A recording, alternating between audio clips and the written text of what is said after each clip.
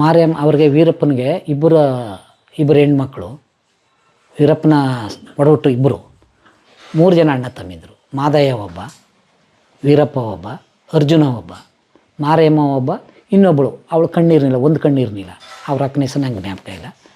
ಇಬ್ಬರು ಹೆಣ್ಮಕ್ಳು, 3 ಜನ ಅಣ್ಣದ, 5 ಜನ ಇವರು. ಅವ್ರ ತಂದೆ ಹೆಸರು ಕುಶನ್ ಮಾದಯ್ಯ ಅಂತ. ಅವ್ರಿಗೆ ಜಮೀನಿರ್ನಿಲ್ವಂತೆ, ಅವ್ರಿಗೆ ಜಮೀನೇ ಇಲ್ಲ. ಪೊನ್ನಾಚಿ ಪಂಚಾಯತಿಗೆ ಸೇರಿದ್ದು. ಪೊನ್ನಾಚಿ ಮಣಿಗಾರೇನೋ ಮಾಡಿ ಒಂದು 5 ಎಕರೆ ಕಾಡು ಪಕ್ಕದಲ್ಲೇ ಹಿಂದಲ ಕಾಲದಲ್ಲಿ ಏನೋ ಮಾಡ್ಕೊಂಡಿದ್ರು, ತೋಟ ಮಾಡ್ಕೊಂಡು. ಹೀಗೆ ಶ್ರೀನಿವಾಸ ಸಾಹೇಬರು ಎಲ್ಲ ಕಾರ್ಯಾಚರಣೆ ಮಾಡಿದ್ರು. ಒಬ್ಬನು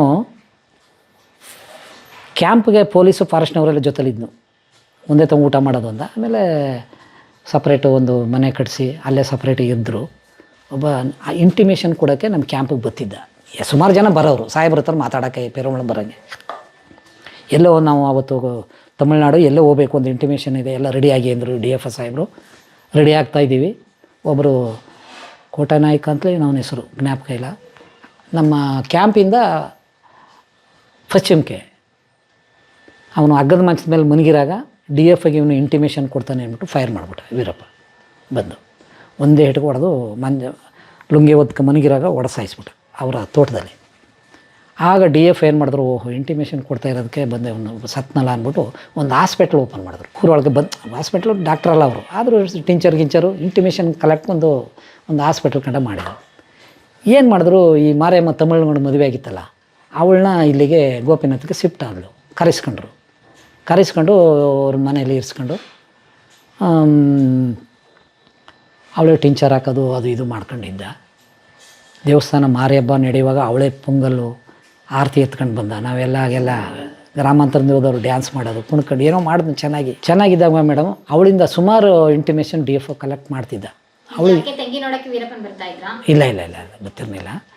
ಇವಳು ಗೋಪಿನಾಥಲ್ಲಿದ್ಲು. DF ಶ್ರೀನಿವಾಸ ಸಾಹೇಬರು ಕರೆಸ್ಕೊಂಡಲ್ಲ, ಅವ್ರು ಇಂಟಿಮೇಷನ್ ಕಲೆಕ್ಟ್ ಮಾಡ್ಕೊಂಡಿದ್ರು. ಒಂದು ಸರಿ ಏನಾಯಿತು,